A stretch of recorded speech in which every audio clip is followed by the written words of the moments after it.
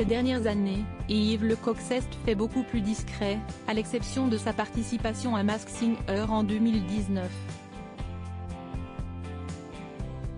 Mais le samedi 27 mai 2023, l'animateur et humoriste était invité sur le plateau de Touche pas à mon poste.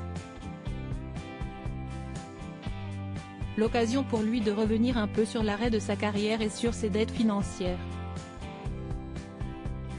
Sans filtre et totalement transparent, Yves Lecoq a toujours eu pour habitude d'être franc avec son public. Un trait de caractère qui est toujours d'actualité et ce, malgré le fait que sa carrière en télé soit terminée. Invité sur le plateau de TPMP People le 27 mai dernier, celui qui a présenté Les Grands du Rire de 2005 à 2019 et qui a prêté sa voix à de nombreuses marionnettes des Guignols de l'Info s'est confié sur sa vie actuelle et les dettes astronomiques qu'il a cumulées en raison d'une passion dévorante. Au départ, je cherchais une ferme en Normandie, figure-toi. Mais pour le budget que j'avais, pas moyen de trouver une ferme, c'était trop cher. Donc je me suis rabattu sur un château en Picardie.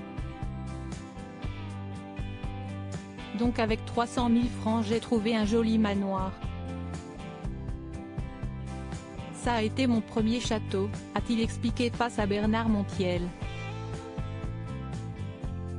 Si est un peu plus tard qu'il a mis le doigt dans l'engrenage et qu'il n'a cessé d'investir dans les vieilles pierres, quitte à s'endetter.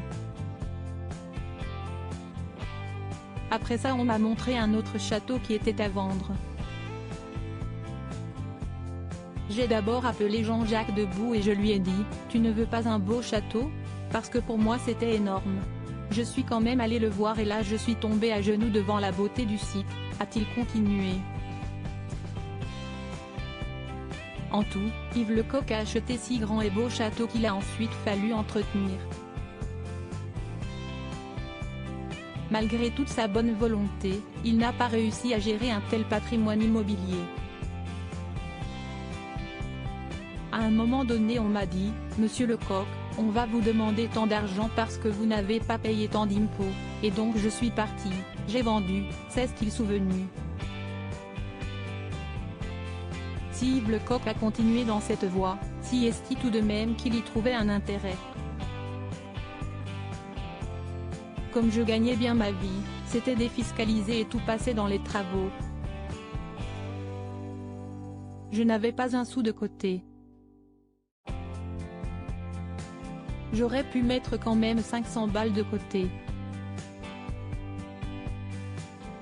A-t-il lâché en rigolant avant de préciser, effectivement du coup les impôts étaient absorbés par les monuments historiques et les travaux que je faisais.